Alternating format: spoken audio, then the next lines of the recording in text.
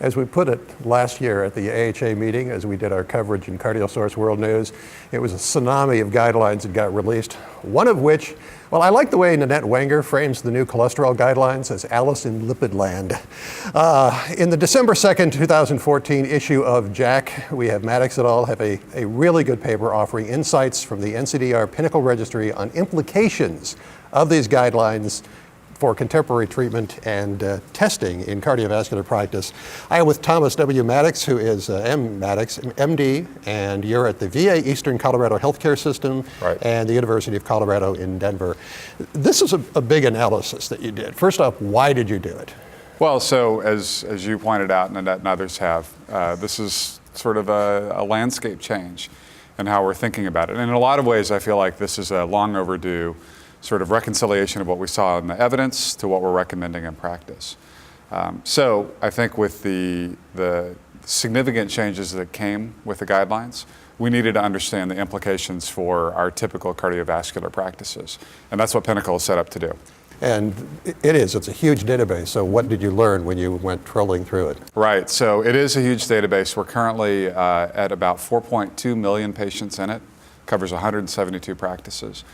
So what we wanted to do is take a look, and based on the new risk criteria that we saw in the new guidelines, how many of the patients that are seen in those practices would qualify for statin therapies, and what was their current practice patterns. And that way we could figure out what gaps potentially would we need to make up. So when we went through our exclusion criteria and drilled down in our study cohort, we got to 1.2 million patients. And with that, about 96.1% qualified for some sort of statin therapy. So that just makes sense given the prevalence of the risk patients that we see.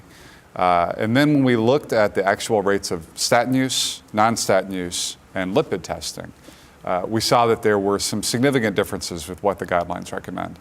About 32.4% of patients who have an indication for a statin were not on it. About 22% of the overall cohort were on non-statin therapies, which right now are called into question about their efficacy with AIM-HIGH and other trials. And then finally, 20.8% of patients had repeat LDL-C testing, which, there's debate about its use, but there probably is an opportunity to reduce the overall amount of testing and the cost associated with it.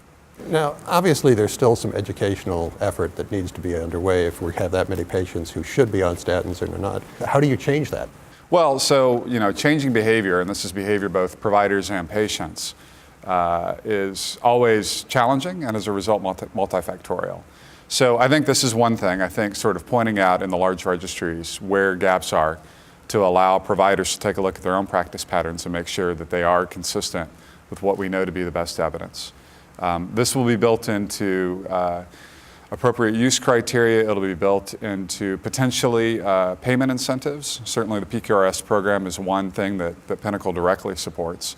And as providers both get rewarded and penalized sometimes if they're not adherent to the best evidence, that'll be a big driver.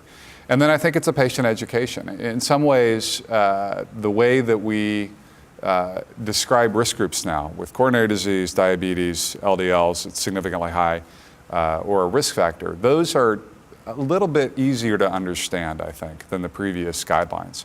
And so being able to get those out to the patients, have them examine their own risk profile and talk to their provider.